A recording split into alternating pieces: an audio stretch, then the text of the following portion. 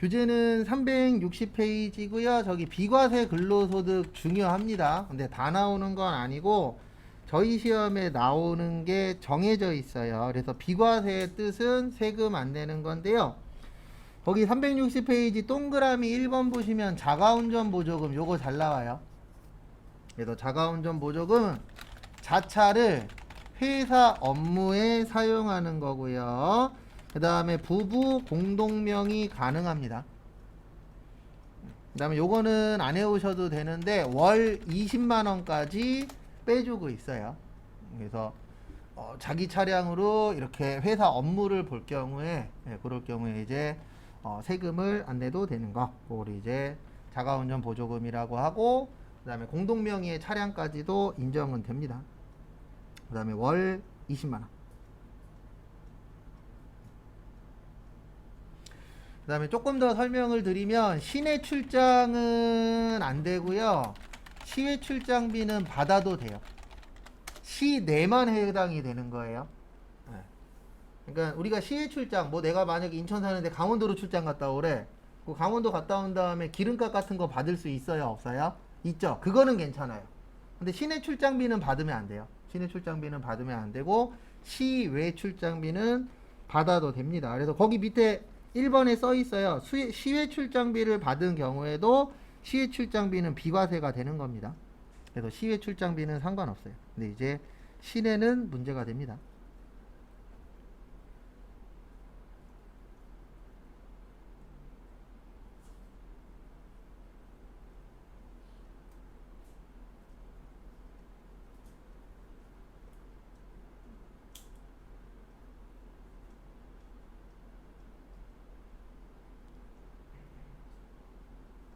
그래서 참고하시고, 그 다음에 시험에 잘 나오는 거는요, 어디 있냐면은 저기 361페이지. 나머지는 시간 나시면 한 번씩 읽어보세요. 안 읽어보셔도 크게 지장은 없어요. 거기 일단 위에 보시면 업무 관련 본인의 교육비 부담금, 요거는 이제 간혹가다 한 번씩 이론에 나옵니다. 요건 실기 쪽보다는 이론이에요. 그래서 업무 관련 본인의 교육비 부담금. 그래서 저기에다 밑줄 치세요. 학교와 직업능력개발훈련시설. 일반 학원은 안 됩니다. 지금 여러분들이 교육받는 여기가 직업능력개발훈련시설이에요. 그래서 이게 뭐냐면은 여러분들 추후에 이제 취업하신 다음에 야간반이나 아니면은 저기 주말반 수업 들으시는 분도 있어요. 그런 분들한테는 요게 이제 해당이 되는 겁니다. 왜냐면 국가에서 지원 나오는 게 있고 내가 내는 금액 있잖아요. 내가 내는 금액 관련돼서는 세금에서 빼주는데 이 내가 내는 금액을 회사에서 지원하는 회사들이 종종 있어요. 그래서 예전에 저도 야간 수업할 때 주안 사시는 분이셨는데 회사가 강남에 있어요. 근데 이제 자격증 따라고 돈도 지원해주고, 근데 그 당시에는 100% 지원해줬었거든요. 국가에서. 그래서 그분 돈 2번 혜택 받았죠. 여기에서는 국가에서 낸 돈으로 수업 들었고, 회사에다가는 본인이 낸 것처럼 영수증 끊어갖고 가갖고 돈 받고. 왜냐면 회사는 그런 거 잘 모르니까. 그 당시에는. 그래서 그렇게 해갖고 돈 받으신 분도 있으셨어요. 근데 어쨌든 업무와 관련 있는 교육이어야 되고 정해진 지급 기준이 있어야 돼요. 회사가. 그래서 회사에서 직원이 만약에 뭐 업무 관련된 자격증을 따려고 하면 지원을 해주겠다. 이런 식으로 이제 규정이 있어야 되고, 그 다음에 저기에다 밑줄 치세요. 6개월 이상. 그래서 교육훈련 기간이 6개월 이상인 경우 교육훈련 후 해당 교육기간을 초과하여 근무하지 아니하는 때에는 지급받은 금액을 반납할 것. 이거 왜 생겼냐면요. 이거 과거에 실제 있었던 일인데 어떤 일이 있었냐면 과거에 디자인 회사에서 자기네 회사들을 조금 더 이제 발전시켜 보려고 거기에서 이제 유능한 디자이너 하나를 찍어서 파리로 보냈어요. 프랑스로. 그랬고 2년 동안 교육을 시켰거든요. 그때 들어간 돈이 한 몇억 된대요. 그 교육을 시켰는데 이 사람이 한국으로 들어온 다음에 우리 회사로 출근한 게 아니고 다른 회사로 출근을 해버렸어요. 이거 실제 있었던 일이에요. 그때 난리 났었어요. 왜 난리 났냐면 이게 돈으로만 해결되는 게 아니잖아요. 2년이라는 시간을 들여서 했는데 이 사람은 기존 회사한테는 사직서만 내고 다른 회사로 가버린 거죠. 왜냐면 다른 회사에서 돈을 더 준다라고 했으니까. 그래서 한번 이슈된 다음에 이제 이런 규정이 생긴 거예요. 그래서 만약에 회사에서 2억을 들여서 2년 동안 교육을 시켰어. 그러면 그 사람은 원래 이 회사에 몇 년 이상은 다녀야 되는 거예요. 2년 이상은. 근데 만약에 2년 안에 그 기간보다 짧게 다니고 그만뒀다. 그러면은 그 돈을 다시 뭐 해야 돼요? 내야 돼요. 근데 이건 있습니다. 이렇게 해갖고도 솔직히 좀 약해요. 왜냐면 생각을 해보십시오. 2년 동안에 2억 들여서 만약에 진짜 유능한 직원을 만들었어. 그러면 다른 회사에서 스카우트 할 때 그 2억 우리 회사가 내줄게 잃어버리면 땡이잖아요. 맞죠? 왜냐면 이 직원이 만약에 2억 이상의 값어치가 있는 직원으로 성장을 했어. 그럴 수도 있잖아요. 그래서 그것 때문에 이게 생긴 거예요. 왜냐면 이런 일들이 비일비재하게 생기니까. 왜냐면 우리 회사가 돈 들여갖고 키워놨더니 다른 회사에서 채가 이럴 수도 있어요, 없어요? 있죠. 그런 부분들 때문에 생긴 거예요. 그래서 돈을 반납해라. 근데 이거보다는 그 밑에 있는 요거 잘 나옵니다. 10대 10만원. 저는 이거 빨리 좀 바꿨으면 좋겠어요. 왜냐면 요즘 10만원 갖고 먹을 게 없어요. 왜냐면 요 10만원이 20일치잖아요. 과거에는 식당이 5,000원이었었잖아요. 그래서 제 개인적인 생각은 요번 정권이든 다음 정권이든 한 15만원 정도로 올려야 되지 않을까. 왜냐면 비과세가 늘어나면 세금 덜 내잖아요, 일단. 그래서 어쨌든 현재는 10대 10만원인데 요거는 음식물을 별도로 제공받지 않아야 인정이 되는 겁니다. 그러니까 무슨 뜻이냐면 좀 규모가 큰 회사나 괜찮은 회사들은 구내식당이 있어요, 없어요? 있죠. 그래서 구내식당에서 밥을 줄 경우에는 세금으로 10만원은 비과세가 안 돼요. 그러니까 둘 중에 하나만 하란 얘기예요. 구내식당에서 밥을 제공을 하든가 아니면 돈으로 얼마를 주든가 10만원을 주든가. 네, 이런 식으로 이제 나누어져 있습니다. 그래서 음식물을 별도로 제공받으면은 돈으로 받은 거는 과세가 되는 거예요. 그래서 거기 써 있죠. 사내급식, 인근 식당, 식사 쿠폰 이런 걸로 제공이 될 때에는 비과세. 그래서 회사에서 결론은 내주는 데들 있잖아요. 이런 거는 비과세가 되는 거고 아니면은 그냥 돈으로 받는 회사들도 있어요, 없어요? 있죠. 뭐 식당이 없다거나 그런 회사들도 많잖아요. 그러면 비과세. 근데 둘 다 해당될 경우에는 식사 제공받는 건 비과세고 돈으로 받는 건 뭐가 되는 거예요? 과세가 되는 겁니다. 그게 그 얘기예요. 거기 있는 1, 2, 3이. 그 다음에 5번 월 10만원 이하의 출산 및 보육비라고 되어 있는데요. 이거를 저는 뭐라고 이야기하냐면은 요렇게 써드릴 거예요. 육아수당. 근데 육아수당의 키포인트는 6세 이하 자녀가 있어야 돼요. 거기 다 써 있습니다. 밑줄만 치시면 돼요. 그래서 6세 이하 자녀가 있을 경우에 요 육아수당이라는 걸 해줄 수가 있어요.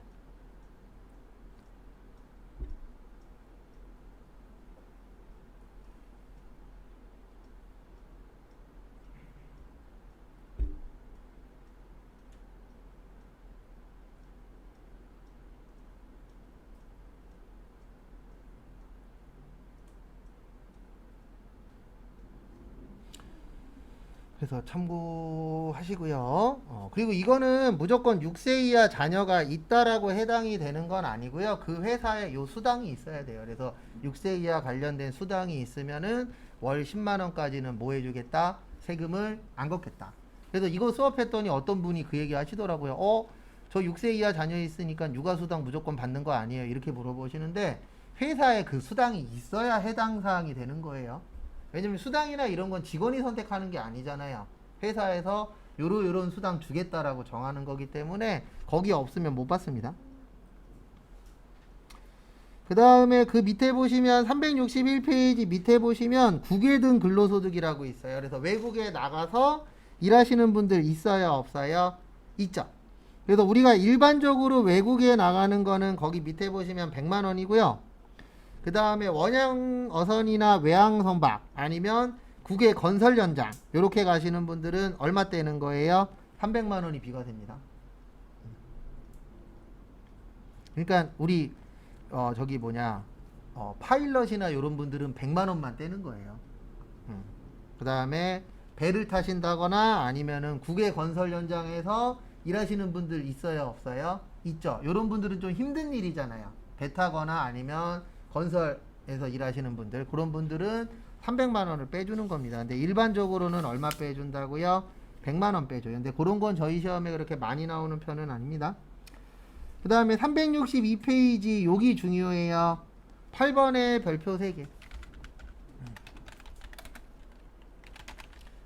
요건 생산직 근로자만 해당이 됩니다. 연장 근로수당. 사무직은 해당이 안 돼요. 사무직은 왜 해당이 안 되냐면 이거 없어져야 되는 것 중에 하나인데, 사무직 근로자는 대부분 다 포괄임금이에요. 여러분들 나중에 회사 가시면 회사에서 만약에 220 주겠대. 초반에. 그럼 그 220이 대부분 다 포괄임금이에요. 왜냐면 야근하면 야근수당 대부분 안 나오잖아요. 그게 이것 때문에 그러거든요. 포괄임금 제도. 이 포괄임금 제도가 뭐냐면 월급을 책정을 할 때 당신 야근을 할 거야 라는 전제하에 월급 책정한 게 포괄임금 제도예요. 몇 시간 야근을 할 거야 이런 전제로 만든 게 포괄임금 제도라, 대부분 사무직 근로자 중에서 야간에 일해도 못 받으시는 분들이 많아요. 요거 때문에, 포괄임금 제도 때문에. 그리고 만약에 포괄임금 제도가 없어지잖아요. 그러면 중소기업에서, 지금은 모르겠는데 과거 데이터에 의하면은 그 당시에가 최저임금 제도가 있었었던 때였나 없던 때였나, 제가 기억하기로 없던 때로 기억하는데, 그때 일반적으로 중소기업 가면 한 130에서 150 받을 때였거든요.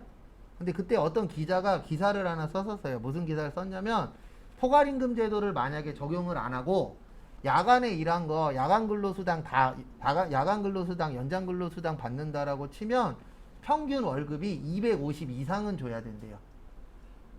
결론은 거의 100만 원 가까이 야간 야간이나 연장이나 주말에 나와서 일을 한다라고 어떤 기자가 한번 쓴 적이 있었어요. 근데 지금은 많이 줄어들고 있는 추세입니다. 야간에 일하는 거 많이 줄어들었어요. 그러니까 과거보다 좀 더 일을 타이트하게 시켜요.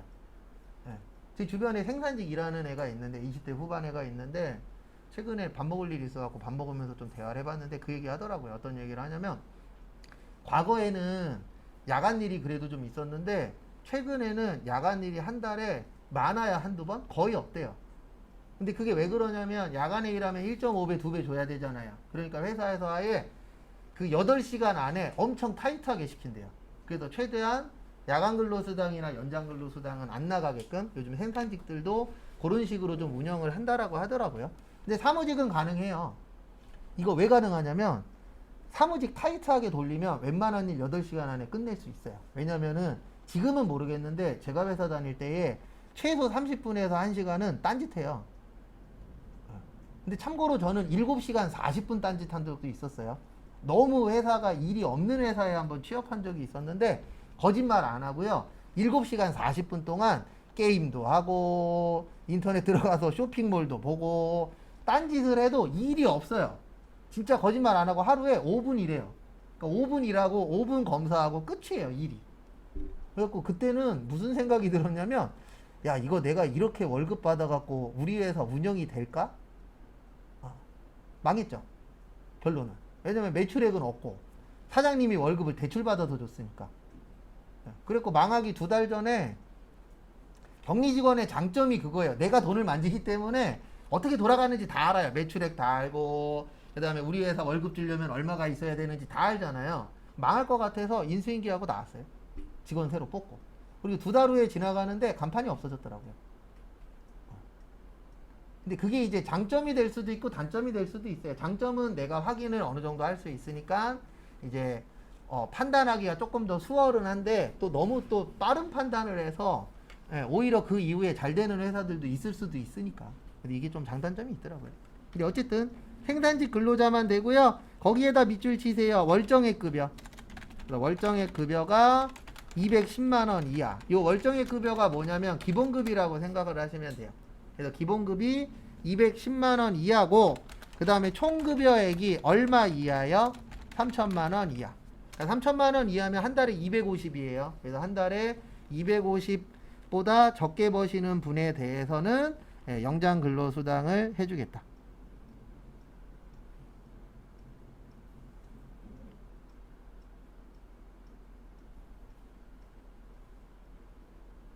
그래서 그 부분 참고하시고요. 그 다음에 얼마까지 빼주냐면, 비과세 한도 보시면 예, 비과세 한도 보시면은 1년에 240만 원까지 빼줘요. 연간 240만 원까지는. 근데 무슨 직만 된다고요? 생산직만. 사무직 안 돼요.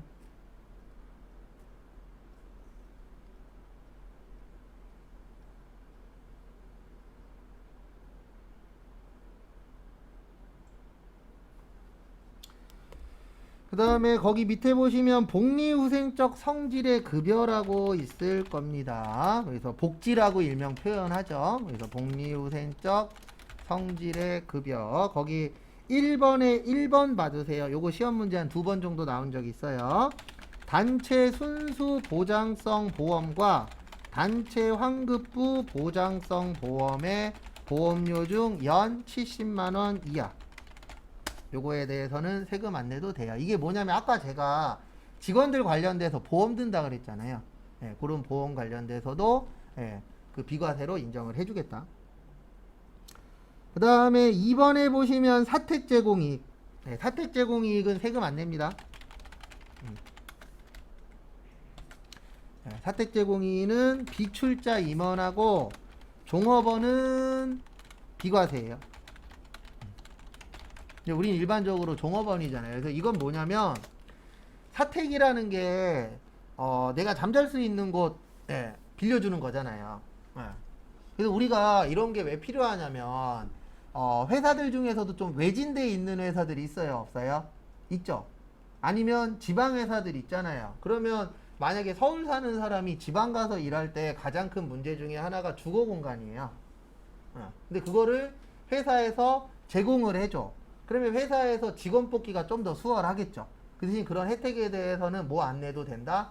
세금 안 내도 된다. 왜냐하면 회사에서 이런 혜택을 안 주면 직원 뽑기가 더 힘든 거예요. 왜냐하면 내 돈 주고 월세 살면요, 월급이 그만큼 줄어드는 효과가 나타나잖아요. 근데 회사에서 회사 돈으로 사택이나 이런 것들을 제공을 해줘. 잠잘 수 있는 공간을 제공을 해줘. 그러면 내가 쓸 돈이 늘어나요, 줄어들어요? 줄어들죠. 그러니까 내가 쓸 수 있는 돈은 늘어나고 내가 쓰는 돈은 줄어들잖아요. 그래서 그런 혜택들이 있는 거죠. 그래서 종종 보면 인터넷에서 그 외국인 노동자분들 얘기 나오면 댓글에다가 이상한 글 쓰시는 분들이 종종 있어요. 근데 그게 왜 그러냐면 대부분 외국인 노동자분들은 한국에 오잖아요. 그러면 기본적으로 의식주는 어느 정도 해결을 해줘요. 근데 그게 이제 뭐 좋은 데냐 좀 안 좋은 데냐 그런 차이는 있는데 잠잘 때 주죠. 그 다음에 밥해 먹을 수 있는 거 그런 거 다 지원해 주거든요, 회사에서. 그러다 보니까 외국인 노동자분들이 회사만 잘 만난다는 전제하에 이상한 회사들도 많아요. 저도 외국인 노동자분들하고 일을 해봤지만 이상한 데도 많고 힘든 일 하는 데도 있어요. 근데 회사만 잘 만나면 진짜 돈 모으기 되게 좋아요. 왜냐면 잠자리 제공해 주죠. 그 다음에 밥 제공해 주는 데도 있고 아니면 재료를 제공해 주는 데도 있어요. 이거 갖고 너네 밥해 먹어라. 아니면 돈으로 주는 데도 있고. 그러면 실제 내가 기본적으로 써야 되는 금액이 한국 사람보다는 어때요? 적어요. 왜냐면 내가 만약에 지방 가서 살아야 돼. 근데 월세 내야 돼. 그 다음에 밥값 내야 되고 뭐 이것저것 나가면은 내가 쓸 수 있는 금액이 줄어들잖아요. 근데 외국인 분들은 그런 좀 지원들이 많이 나오거든요. 근데 이거 사장님은 안 돼요.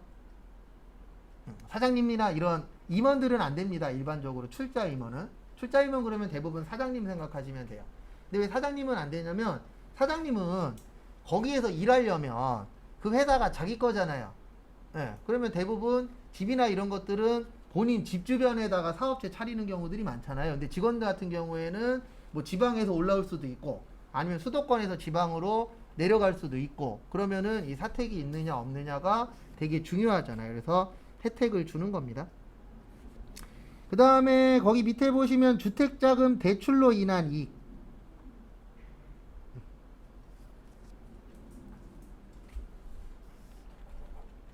그래서 주택 자금 대출로 인한 이익.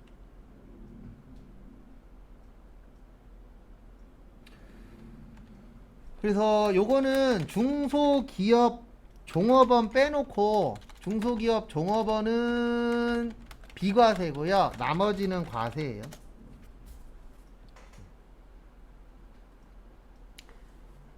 그러니까 이게 뭐냐면 이런 거 있어요. 괜찮은 회사 가시면 저금리로 해서 회사에서 집 사거나 요럴 때에 돈 빌려주는 회사들이 있어요.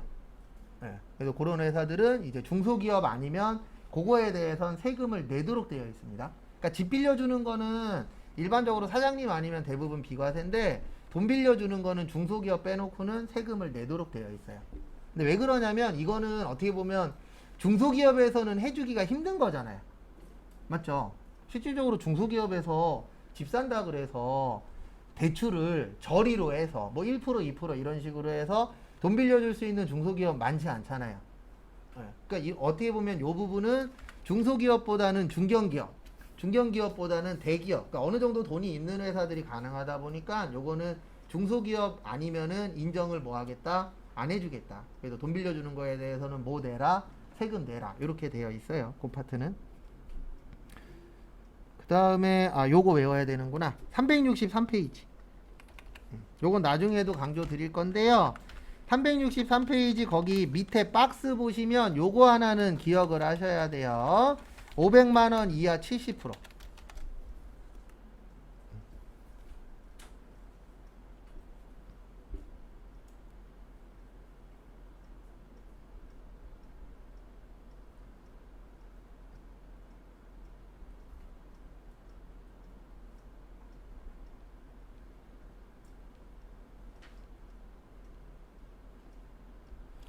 그래서 500만원 이하는 몇 프로 내도록 되어 계세요? 그 몇 프로 빼도록 되어 있어요?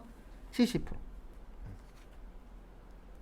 그러니까 우리가 월급을 받잖아요. 그러면 총급여액에서 근로소득 공제를 빼도록 되어 있거든요. 근데 왜 빼냐면은 우리 일반적으로 직원들의 월급을 유리지갑이라고 표현을 해요. 근데 왜 유리지갑이라고 그러냐면은 직원들 월급 준 거는 다 국세청에다 신고를 합니다. 회사에서. 근데 왜 신고를 하냐면 신고해야 비용 처리가 돼요. 그러면 우리가 얼마 벌었는지 국세청은 알아요, 몰라요? 다 알죠.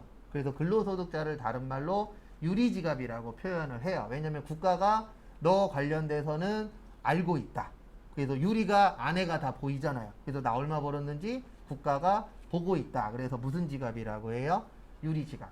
그래서 그 근로소득자 관련돼서는 세금을 2번을 더 빼줘요. 그 중에 하나가 근로소득공제라는 게 있고 그 다음에 근로소득 세액공제라는 게 있어요. 그래서 소득공제는 소득에서 빼는 거예요. 공제 그러면 뭐라 그랬어요? 빼는 겁니다. 그 다음에 근로소득 세액공제는 세금에서 빼는 거예요. 근데 저희 보고 이거 계산하라고는 안 나와요. 저희 시험은. 다른 시험은 계산하는 게 나오거든요. 근데 저희 시험은 컴퓨터가 계산해 주긴 합니다. 근데 우리한테 중요한 거는 500만 원이 좀 중요해요. 그래서 500만 원까지는 몇 프로 빼준다고요? 70%. 그거 좀 참고하시고.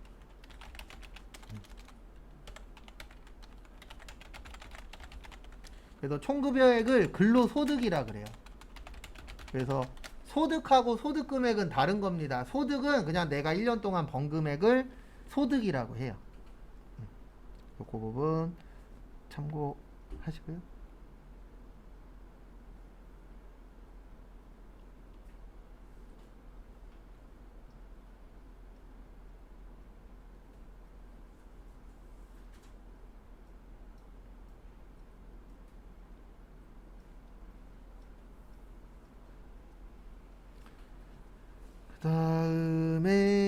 다음 페이지. 일용 근로자에다가 별표 하나만 치세요. 요거는 나오면 대부분 이론 쪽에 일용 근로자는 출제가 됩니다. 그래서 일용 근로자는 저기에다가 밑줄 치세요. 15만원. 그래서 일당이라고 우리가 표현하죠. 일당 15만원까지는 비과세입니다.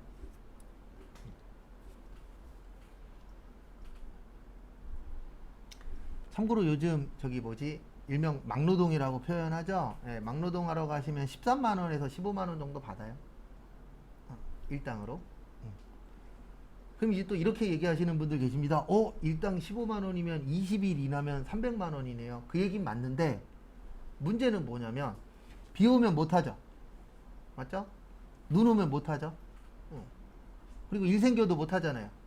그리고 내가 갑자기 몸이 아파. 그래도 못하죠. 절대 쉬운 일 아닙니다. 저는 한 번도 해본 적 없어요. 왜냐면 저 이거 하러 가면 제 장담하는데 하루 일하고 한 일주일 누워 있어야 되는 몸을 갖고 있어서 하기는 할 건데 단기적으로 버티는 건 잘 버티는데 장기적으로는 힘쓰는 걸 잘 못해요. 예. 그래서 아마 하루 이틀 정도는 어떻게든 나갈 건데 아마 나가고 나서 최소 일주일은 누워 있어야 되지 않을까. 그래도 절대 쉬운 일은 아닙니다. 그래서 예전엔 10만 원이었어요. 근데 지금은 얼마까지는 비과세예요? 15만 원까지. 그래서 여러분들도 나중에 뭐 일당 받는 일을 혹시 할 수도 있잖아요. 그러면 일당 받는 일은 15만 원까지는 소득세 안 내셔도 돼요. 그 다음에 거기 밑에 보시면 일용 근로자는 동일한 고용주에게 3개월 이상 고용되면 안 됩니다. 네, 건설 노동자는 1년. 그 다음에 하역작업 종사자는 근로기간 제한이 없어요. 그래서 되도록이면 3개월 이상 잘 안 쓰려고 그럽니다. 왜요? 3개월 이상 쓰면 노동법에 의해서 이 사람을 정규직으로 바꿔야 되는 상황이 와요. 왜냐면 법에서는 일반적으로 일용근로자 그러면 몇 개월 동안만 쓰래요? 3개월 이내 동안만 쓰래요. 그래서 좀 길게 일하시는 경우에는 이런 편법도 쓰는 회사들도 있어요. 어떤 편법을 쓰냐면 회사를 바꾸는 거예요. 그러니까 이름은 똑같은데, 예. 그러니까 오시는 분은 똑같은데 거기 뭐 회사를 바꾼다던가 그런 식으로 해서 이제 3개월 이상 채용을 안 한 것처럼 꾸미는 회사들도 있습니다. 그래서 이거 좀 짜증나는 얘기인데 그 아파트 관리 사무실에서 일하시는 분들 있죠. 예. 그분들 갖고 장난치는 회사들 많아요. 대표적으로 뭐로 장난치냐면 계약서를 쓸 때 11개월로 써요. 왜요? 1년 되면 뭐 줘야 되니까? 퇴직금 줘야 되니까. 그래갖고 거기 아파트하고 계약할 때 퇴직금은 받아놓고선 그분들한테 11개월 계약해서 퇴직금을 안 줘요. 그리고 퇴직금을 그 인력 회사에서 가져가는 경우들도 비일비재해요. 그러니까 착한 사람들도 많지만 법 이용해갖고 나쁜 짓 하는 사람들도 많아요. 그 중에 하나가 그런 분도 있었고, 그 다음에 저 예전에 다니던 회사가 제가 아까 퇴직금 어떻게 준다 그랬죠? 네, 퇴직 전 몇 개월이요? 3개월의 평균 임금 곱하기 뭐라 그랬어요? 근속연수라 그랬잖아요. 그래서 이거 갖고 장난치는 회사들도 있었어요. 저도 그거 보고 좀 짜증이 나긴 했는데 뭐 저도 들은 얘기긴 하지만 어떻게 장난을 쳤냐면 얘를 줄여버리는 거예요. 그러니까 그 당시가 이제 IMF 터졌을 때래요. IMF 터졌을 때 거기가 제조회사였는데 공장을 중국으로 옮길 예정이에요. 근데 거기에 이제 생산직분이 한 50명 정도 있었대요. 그러면 50명치에 대한 원래 뭐 줘야 되죠? 퇴직금 줘야 되죠? 그거를 한 6개월인가 1년 동안 장난을 친 거예요. 무슨 장난을 쳤냐면 지금 일이 없으니까 반만 나와. 그러니까 원래 20일 일하면 열흘만 나오게끔 하는 거예요. 그리고 열흘치 월급만 주는 거예요. 이거를 한 6개월 정도 장난을 친 거예요. 그러면 이게 줄어들어요. 퇴직 전 3개월의 평균 임금이 반으로 줄어드는 거예요. 그러면 퇴직금 뭐만 주면 되죠? 반만 주면 되죠. 근데 과연 이런 장난을 그 회사만 했을까요? 아닐걸요? 꽤 많은 회사가 그렇게 장난질을 해서 퇴직금 줄이고 그 다음에 요거 한 사람은 특진시키고 성과급 주고 그런 회사들이 아마 꽤 있었을 거예요. 근데 그렇게 당할 수밖에 없었던 게 대부분 분들이 요즘에는 인터넷도 있고 누구한테 물어볼 때도 많고 스마트폰으로 치면 대부분 나오잖아요. 근데 과거에는 그렇게 물어볼 수 있는 데들이 많지 않다 보니까 정보력이나 이런 게 좀 느려요. 그러다 보니까 그런 장난을 쳐도 내가 그냥 퇴직금 주면은 이게 회사에서 알아서 잘 줬을 거야. 맞춰서 줬을 거야. 이런 생각들을 많이 하던 시절이 있었죠. 그래서 그렇게 장난쳐갖고 퇴직금 덜 줬다고 이야기하더라고요. 근데 회사를 위한 거는 건 아는데 모르겠어요. 뭐가 정답인지. 근데 솔직히 나중에 얘기 들어보니까 거기 그만두고 나가신 분이 위너가 됐더라고요. 그만 안 두고 버티신 분은 20년 차 넘었는데도 월급 250만 원 받고 있고 때려치고 나가서 괜찮은 회사 들어가신 분들은 월급 500 이상 받고 있고 이게 중소기업 들어가 보시면 그 갭 차이가 되게 커요. 그래서 제가 처음이자 마지막으로 그런 회사를 다녀봤는데 저 들어간 날부터 저 그만두는 날까지 저만 보면 이 얘기 하셨던 분이 있어요. 빨리 이 회사 때려쳐. 처음에는 왜 그러지? 나 열심히 하려고 왔는데? 근데 나중에 알았어요. 언제 알았냐면 월급 계산이 나한테 넘어왔거든요. 그때 뼈저리게 알았죠. 이래서 나보고 그만두라 그랬구나. 왜냐면 20년 차가 넘었는데도 월급이 250이 안 돼요. 그래서 물어봤어요. 내가 그 월급 계산한 다음에 물어봤죠. 어떻게 살아요? 그랬더니 대출 받아서 산다고. 근데 또 이렇게 생각하시는 분들도 있습니다. 거기 그만두면 되잖아요. 문제가 뭐냐면 20년 차가 넘었기 때문에 그분들 나이대가 거의 40대 후반, 50대 초반이에요. 그럼 어떤 문제가 있냐면은요. 그만두면 어디 갈 건데요? 나 40대 넘었는데 누가 뽑아줘요? 안 뽑아줘요.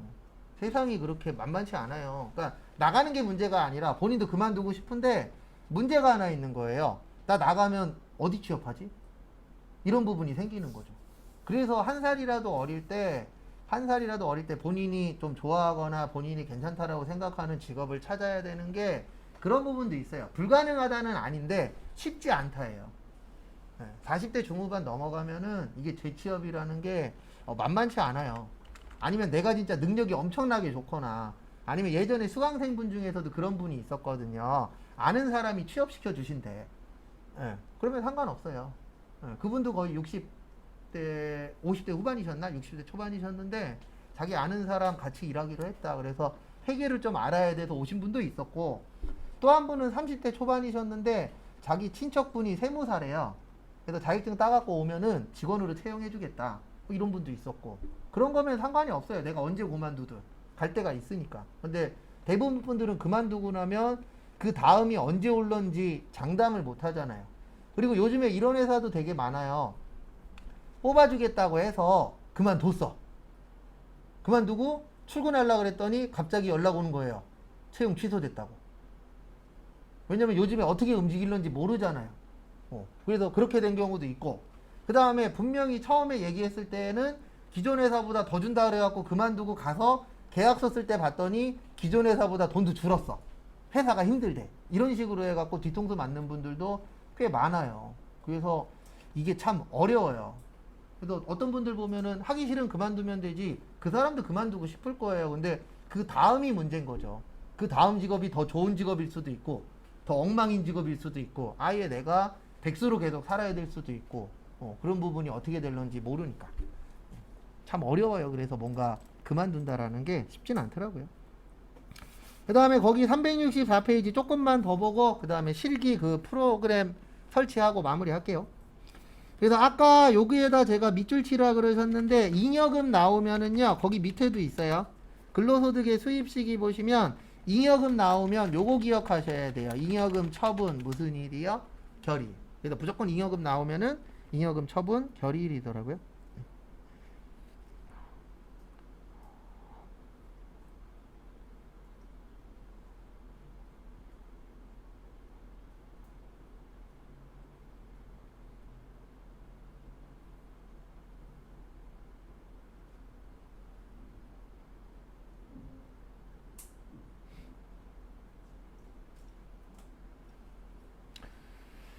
그 다음에 다음 것도 보시면은요 저기 근로소득의 과세 방법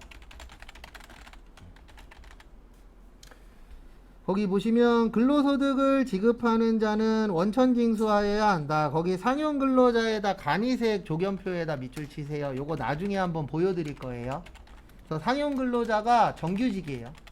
그래서 정규직 분들은 원천징수를 하는데 간이세액 조견표라고 있어요. 요거는 국세청에서 만들어 놓은 표예요. 이게 뭐냐면 얼마 벌고 가족이 몇 명이고 여기에 따라서 국세청에서 세금 얼마 내면 된다라고 만들어 놓은 표가 있어요. 그거를 간이세액 조견표라고 합니다. 그래서 나중에 요거는 여러분들 이해할 때쯤 되면 한번 보여드릴 거예요. 그러면 거기에 다 데이터가 있어요. 그래서 500만 원 벌고 가족이 혼자야. 그러면 이런 사람은 소득세 얼마 정도 띄면 된다라고 국세청에서 만들어 놓은 표예요. 그래서 그거에 맞춰서 세금을 띄시면 되고요. 일용근로자는 원천징수에서 납부가 끝납니다. 그걸 무슨 과세라 그런다고요? 분리과세. 그래서 더 이상 낼 게 없어요. 근데 상용근로자는 원천징수하고 난 다음에 나중에 무슨 정산을 또 하셔야 돼요? 연말정산. 그래서 구조는 이렇게 되어 있습니다.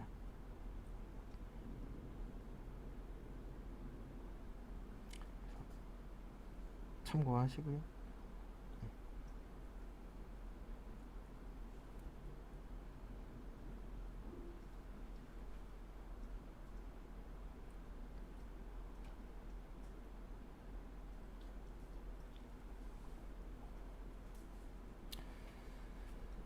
그 다음에 다음 거 보시면은요, 거기까지 해서 일단은 얼추 마무리를 하고, 그 다음에 앞에 잠시만 보세요. 그래서 일단 집에서 연습하실 분들 요게 깔려 있어야 됩니다. 교육용. 뭐가 깔려 있어야 돼요? 교육용. 그래서 교육용은 여기 가서 설치하시면 되죠. 한국 세무사회 무슨 시험이요? 자격시험. 그래서 제가 잠깐 보여드리면 어디 갔냐? 네이버에다가 한국 세무사회 자격시험 치면은 여기 밑에 K랩 수업용이라고 있습니다. 요거 설치하시면은 바탕화면에 뭐라고 나와요? 교육용이라고 뜰 겁니다. 그래서 그거를 일단 준비를 해주시고, 그 다음에 두 번째, 그 다음에 제가 좀 전에 메일로 보내놨어요. 그래서 그 메일 안에 보시면 전산세무 몇 급 있어요? 2급 기출문제라고 있을 겁니다. 그래서 그거 압축을 푸시면 여기 들어와 보세요. 전산세무 2급 기출문제. 그리고 이거 하실 때 주의사항은 하나밖에 없습니다. 교육용 실행하시면 안 돼요. 교육용 실행하시면은 잘 안 되니까 되도록이면 실행시키지 마세요.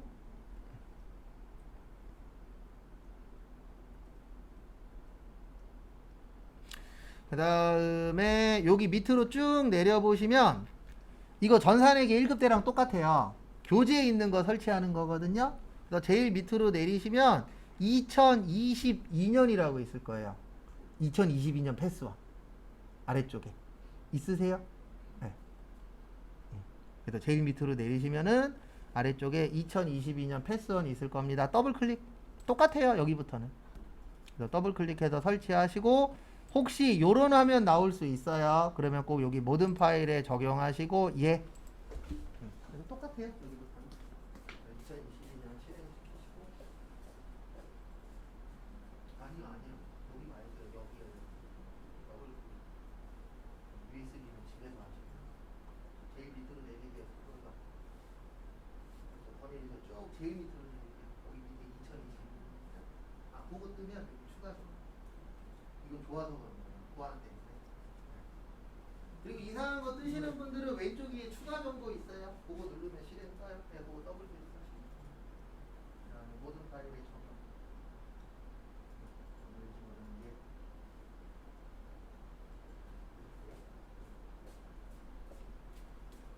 그리고 하시다 보면은 이게 보안 때문에 조금 다른 화면이 나올 때 있어요. 그때는 뭐 추가 정보나 정보 같은 거 눌러서 그 실행 버튼을 찾으셔야 되고, 혹시 집에 가셔서 하시는데 잘 안 되시면 사진 찍어서 저한테 보내세요. 그럼 제가 확인하고 알려드릴게요.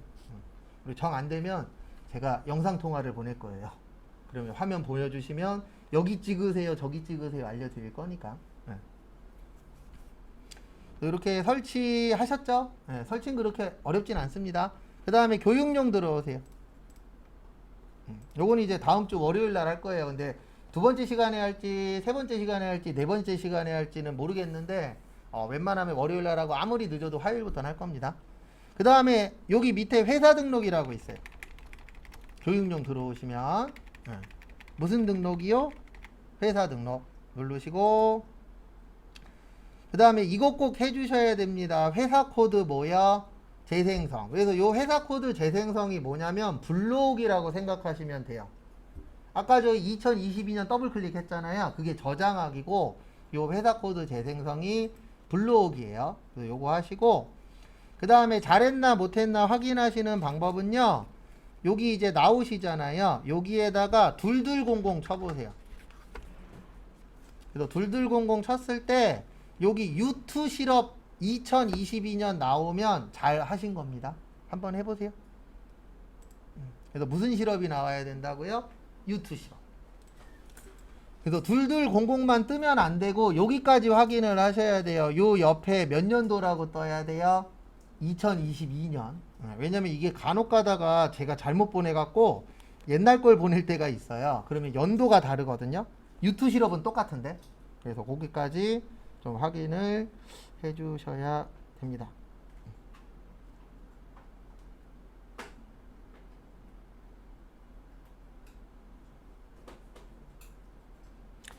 그 부분 참고하세요. USB 집에 가서 USB 꽂아가야 되죠. 네, USB 꽂아서 하셔도 돼요. 일단 해보세요. 해보시고 안 되시면 또 월요일날 물어보시고. 그 다음에 앞에 보세요. 요거는 직접 안 하셔도 돼요.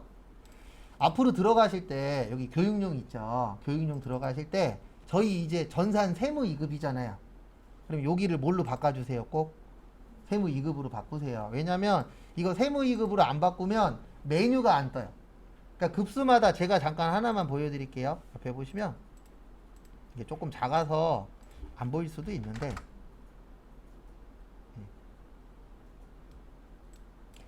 여기 위에 요 메뉴 있거든요. 이 메뉴가 급수마다 달라요. 그래서 전산회계 2급은 요거 하나만 떠요. 회계관리 하나. 그 다음에 요 옆에 부가가치 있죠. 여기까지만 뜨면 전산회계 1급. 그 다음에 저희 전산세무 2급 할 거잖아요. 전산세무 2급은 여기 원천징수까지 떠요. 뭐까지 뜬다고요? 원천징수. 그러면 전산세무 2급. 그 다음에 요 조정까지 뜨면은 전산세무 1급이에요. 그래서 결론은 뭐냐면 급수가 올라갈 때마다 공부할 양이 당연히 어떻게 되는 거예요? 늘어납니다.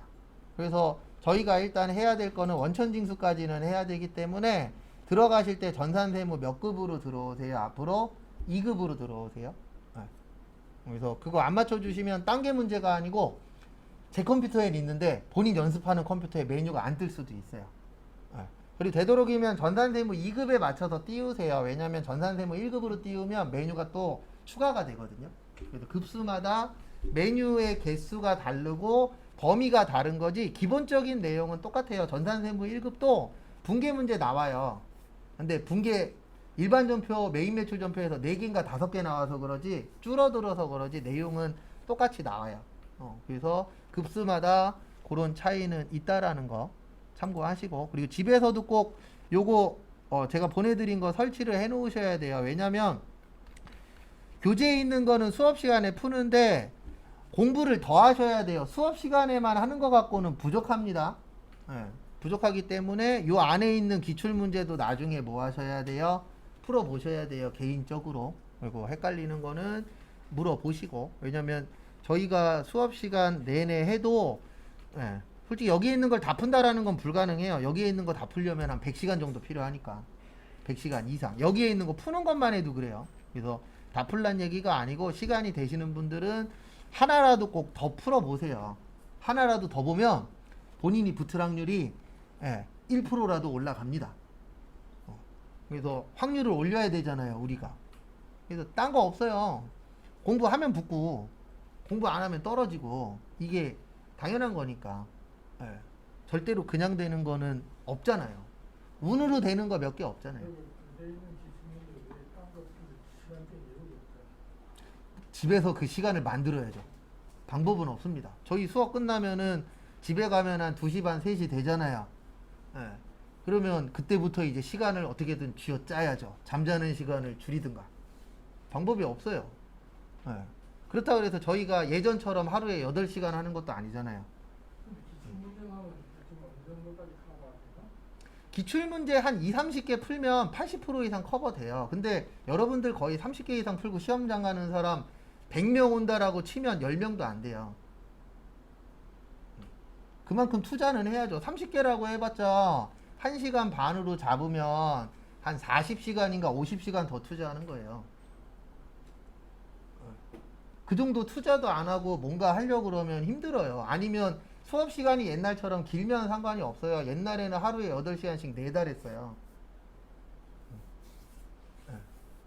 아침부터 저녁까지 분계만 200개씩 풀고 갔다니까요. 8시간이면 200개 풀어요. 그러면 한 100개 넘어가면 반은 자요. 특히 여름에 수업해보면 2시나 3시 되면 반은 자요. 그리고 반은 눈은 뜨고 있는데 거의 뭐 반쯤 감겼죠. 참고로 5시 되면 저도 잠자면서 수업하니까 힘들어요. 절대로 자격증 하나 따는 게 쉽지는 않더라고요. 근데 투자는 하셔야 돼요. 근데 이건 사람마다 다릅니다. 공부 안 하고 수업 붙는 사람도 시험 붙는 사람도 있어요. 거짓말 안 하고 1년에 한두 명 정도는 집에서 공부 하나도 안 해요. 그냥 수업만 듣고 붙는 분도 있어요. 근데 그런 분들은 대부분 기존에 학교를 이쪽 갈 나왔거나 아니면 회사에서 이쪽 업무를 하셨거나 그런 분들이지, 대부분 처음 하시는 분들은 못해도 집에서 개인적으로 10개 이상은 풀어야 돼요. 아무리 못해도. 그 다음에 당연히 많이 풀면 많이 풀수록 확률은 올라가는 건 당연한 거니까. 그래서 최근에 어저께 발표였는데 93점으로 붙으신 분 있어요. 전산세무 2급. 그분은 집에서 거의 제가 알기로 최소 2-3시간씩은 혼자 하세요. 근데 이게 그분은 이제 그럴 수 있는 상황이고, 그러니까 본인 상황에 맞춰서 하는 거예요. 그래서 예전에 한번 예를 들어드리면, 자녀가 3분이셨어요. 첫날 와서 저한테 얘기했어요. 무슨 얘기했냐면 자기는 집에서 공부 못한다고. 왜요? 그랬더니 2살, 4살, 7살이에요. 애들이. 근데 또 거기에다가 셋 다 남자애인 거예요. 그러면 저도 알아요. 거의 공부 못해요. 공부는 둘째 치고 정신 차리면은 애들 잘 시간이에요. 그러면 애들 재우고 나면은 본인도 힘드니까 자요. 그분은 딱 일주일 공부했어요. 시험 보는 그 주. 그래서 그 주 공부하고 82점으로 붙었나? 근데 이제 그런 상황이신 분들은 수업 시간에 집중을 남들보다 더 해야 돼요. 그런 분도 있었고, 그 다음에 제 메일에 있는데 너무 옛날 거라 못 찾고 있는데 감기 걸려서 붙으신 분도 있어요. 30분 만에 풀고 잤대요. 너무 힘들어서. 근데 평소에 좀 해놓은 게 있어갖고 좀 시험은 괜찮게 봤다라고 이야기는 하시더라고요. 근데 이건 다 케바케라 꼭 몇 시간 해야 된다 이런 건 정해져 있는 건 없어요. 근데 본인이 부족하다라고 생각하면 조금씩 더 하시고. 그래서 오늘은 여기까지 하고요. 월요일 날 이제 이론 끝내고 실기 조금 나갈 겁니다. 그래서 프로그램 꼭 깔아 놓으시고요. 마무리하도록 하겠습니다.